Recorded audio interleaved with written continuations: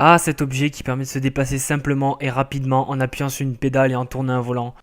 Que de nombreux hommes adorent de nos jours et sont prêts à craquer des centaines de milliers d'euros pour en avoir une bien stylée. Je parle bien évidemment de l'automobile. Découvrons ensemble l'histoire de son invention jusqu'à aujourd'hui. C'est parti!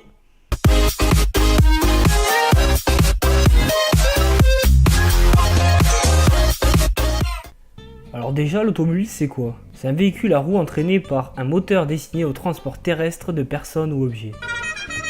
Ce mot apparu à la fin du 19e siècle dans l'Académie française. A la base on disait un automobile, et quelques années plus tard ils décidèrent de le mettre au féminin. Bon, pas très utile hein. Avant, pour pas se fatiguer, on se déplaçait à cheval ou en charrue. Mais un homme eut une première idée d'un véhicule sans force humaine ou animale. Bon, à la base c'était un jouet en fait. Une sorte de petit véhicule à vapeur inventé en 1668 par Ferdinand Verbiest.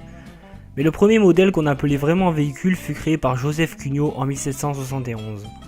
Il était destiné à traîner des canons de guerre. Sa vitesse de pointe était de 4 km/h, soit presque l'équivalent d'une personne qui marche. Impressionnant, non? Ou pas? En 1873 apparaît le premier véhicule collectif. Il pouvait transporter jusqu'à 12 personnes, un engin appelé l'Obéissance avec une vitesse de pointe de 40 km/h. C'est déjà mieux que le premier, non? Bon, je vous avoue qu'on n'est pas encore à la vitesse je sais pas moi, une Bugatti Veyron ou une Ferrari. Mais à l'époque, c'était déjà pas mal, 40 km/h. Hein. Et attends, c'est 10 fois plus que le tout premier véhicule.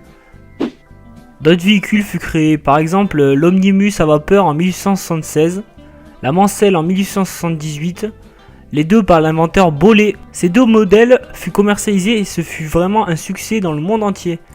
Ils continuent alors de développer des modèles toujours plus performants, par exemple la Nouvelle en 1881 ou la Rapide en 1881. Bon après on se rendit compte que la propulsion à vapeur c'était pas extra quoi. Donc c'est le moteur à explosion qui fit son apparition. La première automobile avec ce moteur fut produite par Carl Benz. Elle avait 3 roues. Environ 20 ans plus tard, en 1903 aux États-Unis, Henry Ford inventa le travail à la chaîne pour construire des voitures plus rapidement. Depuis cela, de nombreuses marques se mirent à cette forme de travail pour la construction de leurs véhicules, et c'est ce qui facilita son développement et la distribution. Au XXe siècle, il y a eu deux grandes guerres. Bon, je vous apprends rien, hein. Mais c'est grâce à celle-ci que de nombreux véhicules furent leur apparition, notamment les transports de soldats, les ambulanciers. Bref, après la Seconde Guerre mondiale, la production automobile s'envole. Leur aspect et leur utilisation évoluent, et le premier championnat mondial de voitures fut créé. Et c'est notamment dans ces années-là que les premières Formule 1 furent leur apparition. Tu sais, les voitures sur les circuits qui vont à plus de 300 km/h, ça existe depuis 1950. C'était pas aussi performante qu'aujourd'hui, hein. Mais franchement, ça allait déjà pas mal vite. Hein. Au fait, tu sais qui c'est qui a eu le premier permis de conduire? C'est Léon Serpollet en 1889. Il passa sur un tricycle qu'il avait construit lui-même. Bon, un tricycle à moteur, hein, pas un autre. Mais du premier coup en plus, il l'a eu. Pas mal, hein. Aujourd'hui, tous les foyers ont une voiture, voire 2 ou plus. En France, chaque année, 35 millions de voitures circulent et 52 millions de carburants sont consommés. Pas très bon pour l'écologie tout ça. Hein.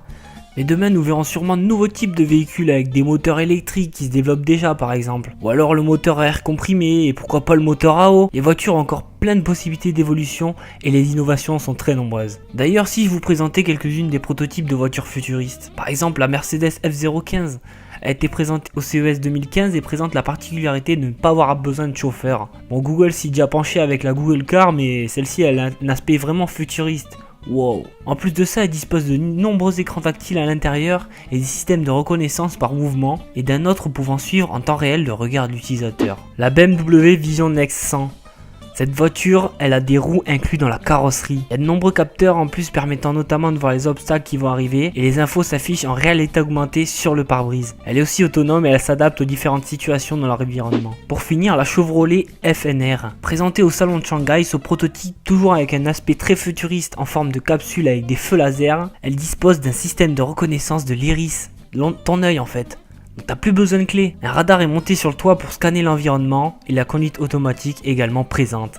Les sièges peuvent être retournés face aux personnes à l'arrière pour faire un petit salon. Tranquille. Voilà l'incroyable histoire de l'invention de l'automobile. Bon, j'aurais un peu plus détaillé, mais cette vidéo aurait été bien trop longue. Vous pouvez donner vos idées de sujets en commentaire et j'en ferai certainement une prochaine vidéo. Merci d'avoir visionné, n'hésitez pas à aimer la vidéo et vous abonner à la chaîne pour découvrir de nouvelles inventions. A bientôt.